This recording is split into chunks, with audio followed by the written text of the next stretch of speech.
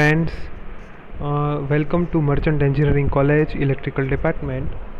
Today we discuss about uh, third chapter of subject Industrial Automation code 3170925. Okay, the basic title of the chapter is programmable logic controller. So we will discuss in some lectures about this uh, topic, programmable logic controller.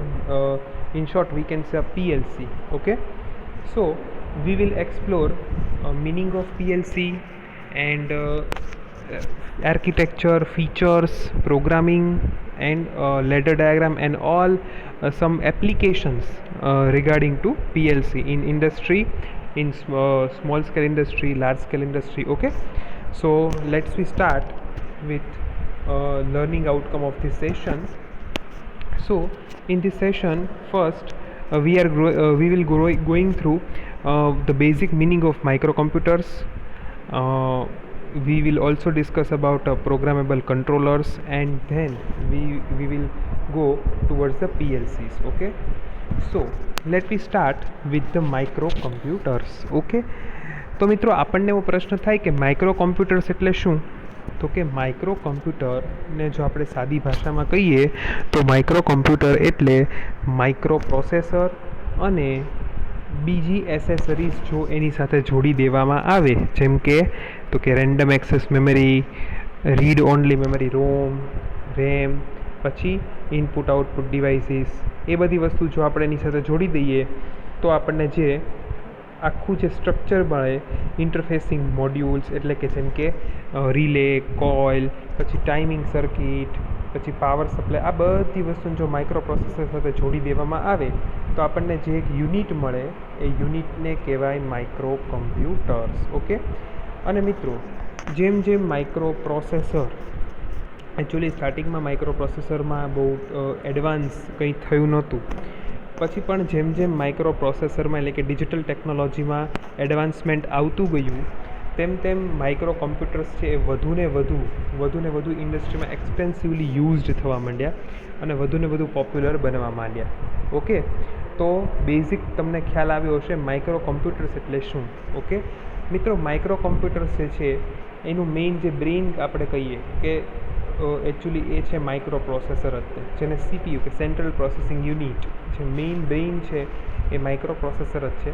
અને બાકીના બધા device છે, interfacing device કે બીજા આપણે આપણા હાથ, પગ, એવું બધું કહી શકીએ. આપણે કેમ શરીરમાં મેઇન મગજ હોય, પછી આંખ હોય, જીભ હોય, કાન છે, સૂંઘવા માટે નાક છે, આપણે ચાલવા માટે પગ છે, કરેક્ટિવ પ્રિવેન્ટિવ એક્શન લેવા માટે, તો એવી રીતે.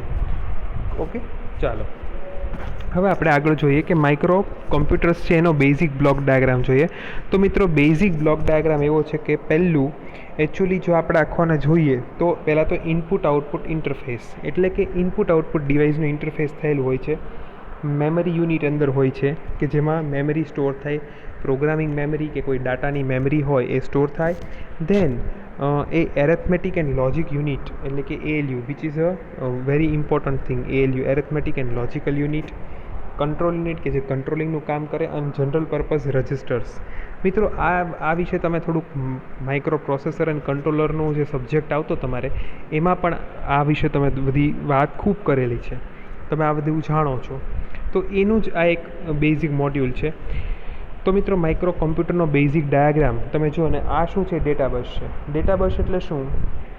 તો કે જ્યાંથી કોઈ સિગ્નલ કે કોઈ ડેટા કે ટ્રાન્સફર થાય, ઇનપુટમાંથી કે આઉટપુટમાંથી ડેટા જે છે એ અંદર જે સેન્ટ્રલ પ્રોસેસિંગ યુનિટ છે, ALU છે, એમાં જે ટ્રાન્સફર થાય તો એ ડેટા બસ છે. ઓકે, ચાલો હવે પછી આ બધા યુનિટ આપણે જોઈ લીધા.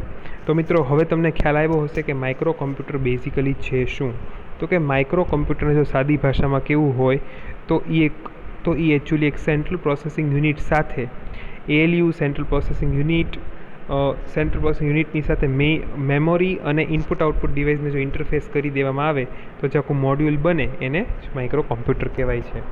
ચાલો હવે આપણે આગળ જોઈએ કે પછીનો ટોપિક છે પ્રોગ્રામેબલ કંટ્રોલર્સ. તો કે ભાઈ પ્રોગ્રામેબલ કંટ્રોલર્સ એટલે શું, તો આપણે જોઈએ.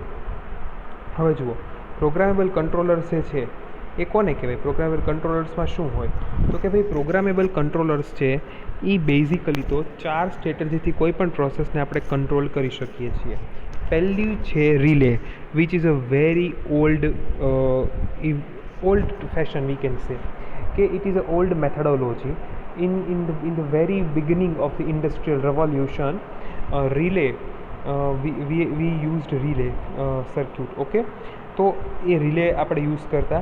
પછી ધીમે ધીમે ડિજિટલ અને કોમ્પ્યુટર બેઝડ સિસ્ટમ યુઝ થવા માંડી, અને સૌથી સુપિરિયર સિસ્ટમ છે એ છે PLC બેઝ સિસ્ટમ. કઈ સિસ્ટમ છે સૌથી સુપિરિયર છે? PLC based system. ઓકે, તો ચાલો આપણે વન બાય વન બધાને જોઈએ.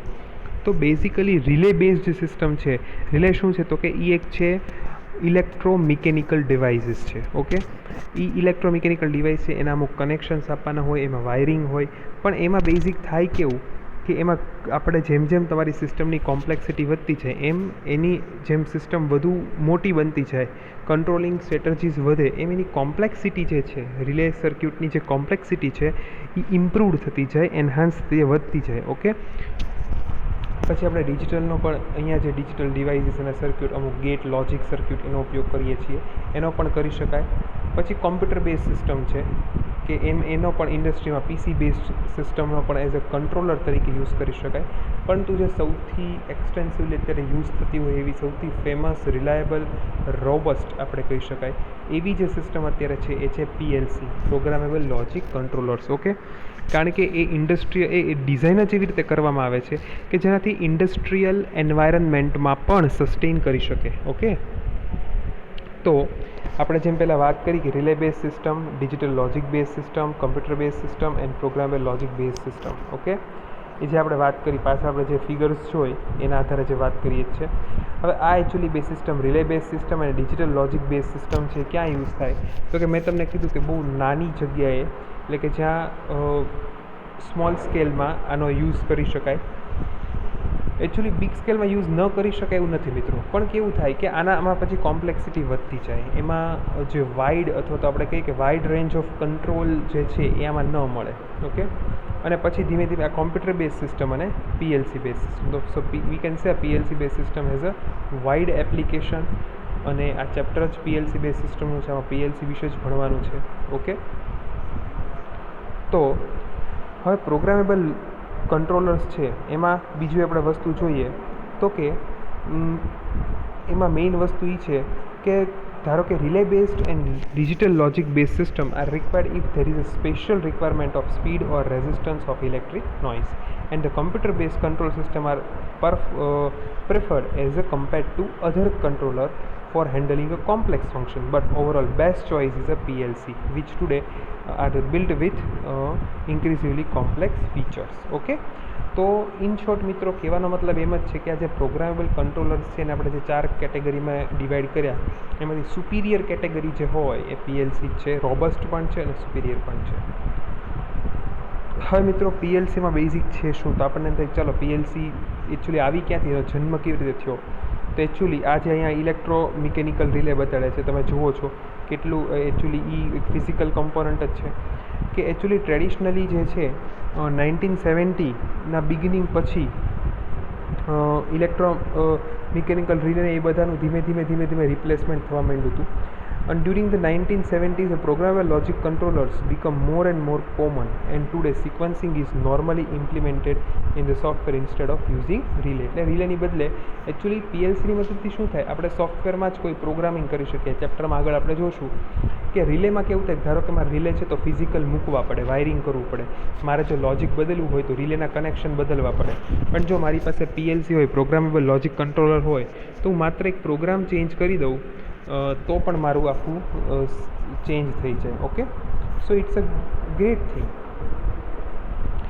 પછી આપણે જોઈએ કે પ્રોગ્રામેબલ લોજિક કંટ્રોલર બેઝિક ક્યાંથી આવ્યું, તો આપણે કીધું કે before the PLC automated machine were run by a complex and problematic series of relays. Okay, and maintenance cost were high and system reconfiguring took too long to accomplished. Okay, એટલે એ actually problem છે કે ભાઈ પહેલાં actually આપણે વાત કરી કે સ્ટાર્ટિંગમાં રિલે બધા યુઝ થતા, તેનાથી આ બધા પ્રોબ્લેમ થતા, અને પછી એમાંથી મિત્રો તમે જુઓ કોઈ પણ નવી શોધ છે એ કોઈ પ્રોબ્લેમમાંથી, કોઈ સમસ્યામાંથી જ ઊભી થાય. તો એકચ્યુઅલી અને પછી લેટ 1960s આમ જે GM હાર્ડી છે એ division requested a concept from Dick Morley on New York's Day 1968. The concept that would become the PLC was born. It was called the Standard Machine Controller. Okay, Morley's new company Modicon introduced the 084 Modicon in 1969, starting the race to perfect this new technology. Okay, તો actually ડિક Morley જે છે એ actually PLCના પિતા તરીકે એને ઓળખવામાં આવે છે ઇન્ડસ્ટ્રીમાં. ઓકે, તો આ તો જસ્ટ એની હિસ્ટ્રી આપણે વાત કરી. તો મિત્રો આ રીતે આપણે આગળ કરશું, પછી જોશું આપણે PLC વિશે પણ વાત કરશું, PLCના આર્કિટેક્ચર વિશે પણ વાત કરશું. તો આજના સેશનમાં આપણે શું જોયું? તો આજે આપણે બેઝિકલી વાત કરી કે માઇક્રો કોમ્પ્યુટર શું છે, અને માઇક્રો કોમ્પ્યુટર્સની અંદર આપણે જોઈએ તો પ્રોગ્રામેબલ કંટ્રોલર શું છે, અને પછી આપણે વાત કરી બેઝિક PLC કે PLC કેવી રીતે આવીને કેવા પ્રોબ્લેમ થતા હતા ઇન્ડસ્ટ્રીમાં કે જેને કારણે પછી PLC આવી. ઓકે, તો ચાલો આજે આપણા સેશન અહીંયા સુધી રાખીએ છીએ. Okay, thank you friends.